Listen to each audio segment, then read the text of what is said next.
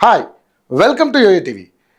Pawan Kalyan Janasena party ఆవిర్భవించి నేటికి 11 ఏళ్లు పూర్తయి 12వ ఆవిర్భావ సభని చాలా ప్రతిష్టాత్మకంగా నిర్వహించాలని జనసేన పార్టీ అధినేత పవన్ కళ్యాణ్ తీవ్ర కసరత్తు చేసినట్లుగా తెలుస్తోంది. ఈ సభ ద్వారా రాష్ట్ర రాజకీయాల్లో పెను మార్పులు రానున్నట్లుగా రాజకీయ విశ్లేషకులు చెబుతున్నారు. ఈ సభ ద్వారా పవన్ కళ్యాణ్ రాజకీయ పార్టీలకు సవాల్ విసిరే అవకాశం ఉంది. ఇదిలా ఉండగా ఈ సభలో పవన్ వైసీపీకి ఎలాంటి సవాలు విసురుతారు, అధికార టీడీపీ పార్టీకి పరోక్షంగా చురకలు అంటిస్తారా అన్న ఆసక్తి మొదలైంది.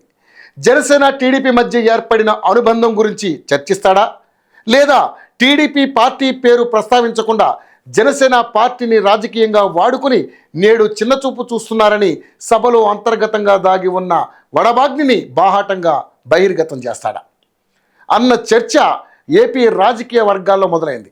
2029 అసెంబ్లీ ఎన్నికల్లో పార్టీ తీసుకోబోయే నిర్ణయాల గురించి జనసేన శ్రేణులకు ముందుగానే దిశానిర్దేశం చేస్తున్నాడా అన్న ఆసక్తి జనసేన నాయకుల్లో మొదలైంది. పవన్ కళ్యాణ్ అసెంబ్లీలో ప్రకటించినట్లు మరో 15 ఏళ్లు టీడీపీ బీజేపీ పార్టీతో జనసేన కలిసే ఉంటుందా, లేదా జనసేన పార్టీ రాబోయే అసెంబ్లీ ఎన్నికల్లో ఒంటరిగా బరిలోకి దిగి తన సత్తా చాటనుందా? ఈ దిశగా పవన్ కళ్యాణ్ రాజకీయ పావులు కదుపుతున్నారా అన్న అన్ని ప్రశ్నలకు నేడు జరగనున్న ఆవిర్భావ సభలో పవన్ కళ్యాణ్ తేటతెల్లం చేయనున్నాడా అన్న క్యూరియాసిటీ జనసేన వర్గాల్లో ఏపీ ప్రజల్లో ఉత్కంఠని రేకెత్తిస్తోంది.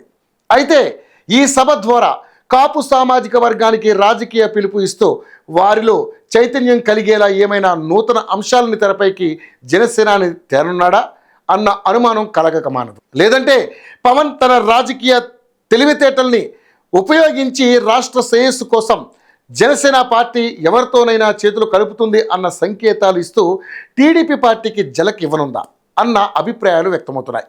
అంటే దీని అర్థం రాబోయే ఎన్నికల్లో అవసరమైతే రాష్ట్ర ప్రయోజనాల కోసం బీజేపీ పార్టీతోనైనా కలిసి వెళ్తానని పవన్ కళ్యాణ్ ఈ ఆవిర్భావ సభ ద్వారా తన రాజకీయ సన్నిహితుడు నరేంద్ర మోదీకి పరోక్షంగా సంకేతాలు కూడా ఈ వేదిక నుండి ఇచ్చే అవకాశం లేకపోలేదు. మొత్తానికి జయకేతనం వేదిక ద్వారా పవన్ తన మనసులోని ఆలోచనని ఏపీ ప్రజలకు, జనసేన శ్రేణులకు, అదేవిధంగా అన్ని రాజకీయ పార్టీలకు గళమెత్తి వినిపించే అవకాశాలైతే ఉన్నాయి.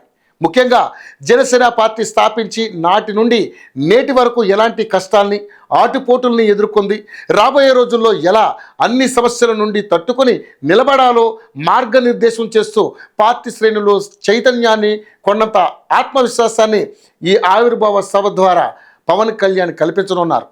ఈ క్రమంలో సభ ఏర్పాట్లు ఎలా నిర్వహిస్తున్నారో వివరాల్లోకి వెళ్ళి తెలుసుకుందాం.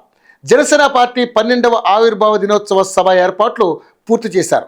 జయకేతనం పేరుతో నిర్వహించే ఈ సభ ఈరోజు పిఠాపురం మండలం చిత్రాడ గ్రామంలోని ఎస్బీ వెంచర్ వద్ద జరగనుంది. సభకు వచ్చే అభిమానులు, కార్యకర్తల సౌకర్యాన్ని దృష్టిలో పెట్టుకుని పెద్ద ఎత్తున పార్కింగ్ స్థలాలను అందుబాటులోకి తెచ్చారు. ఎండ తీవ్రత దృష్ట్యా మంచినీరు, మజ్జిగ, ఇతర త్రాగునీటి వసతులను కూడా ఏర్పాటు చేశారు. అలాగే భోజన సదుపాయాలను కూడా అందుబాటులో ఉంచారు.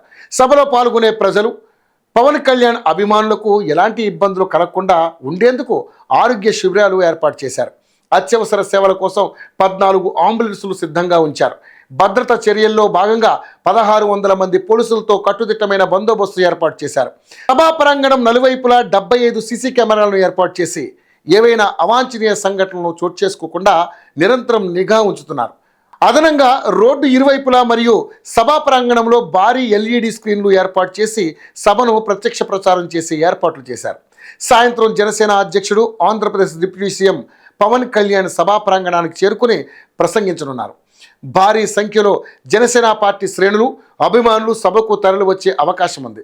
సభను దృష్టిలో ఉంచుకుని శుక్రవారం 11 గంటల నుండి రాత్రి 11 గంటల వరకు కాకినాడ కత్తిపూడి మధ్య గల 216వ జాతీయ రహదారిపై ట్రాఫిక్ నియంత్రణ చేపట్టారు.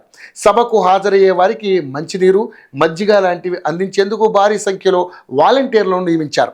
సభ నిర్వహణకు అన్ని ఏర్పాట్లు సిద్ధమవడంతో జనసేన కార్యకర్తల్లో ఉత్సాహం నెలకొంది.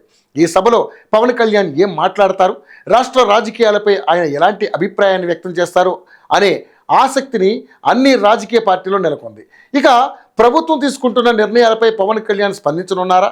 పవన్ కళ్యాణ్ తన పొలిటికల్ స్ట్రాటజీని ఈ వేదికపై బహిర్గతం చేస్తారా? ఎన్నికల వ్యూహంపై సంకేతాలు ఇస్తారా అన్నది జనసేన శ్రేణుల్ని అభిమానుల్ని ఉత్కంఠకు గురి చేస్తుంది. ఇక ముఖ్యంగా పవన్ కళ్యాణ్ ప్రసంగం ఏపీ భవిష్యత్తు రాజకీయాల్ని ప్రభావితం చేస్తుందా అన్న ఆసక్తి ఏపీ ప్రజల్లో ఇటు రాజకీయ వర్గాల్లో తీవ్ర చర్చకు దారితీసింది. జనసైనికులు ప్రజలు ఆసక్తిగా ఎదురు చూస్తున్న ఈ సభలో పవన్ కళ్యాణ్ ఏం ప్రకటిస్తారో చూడాలి మరి.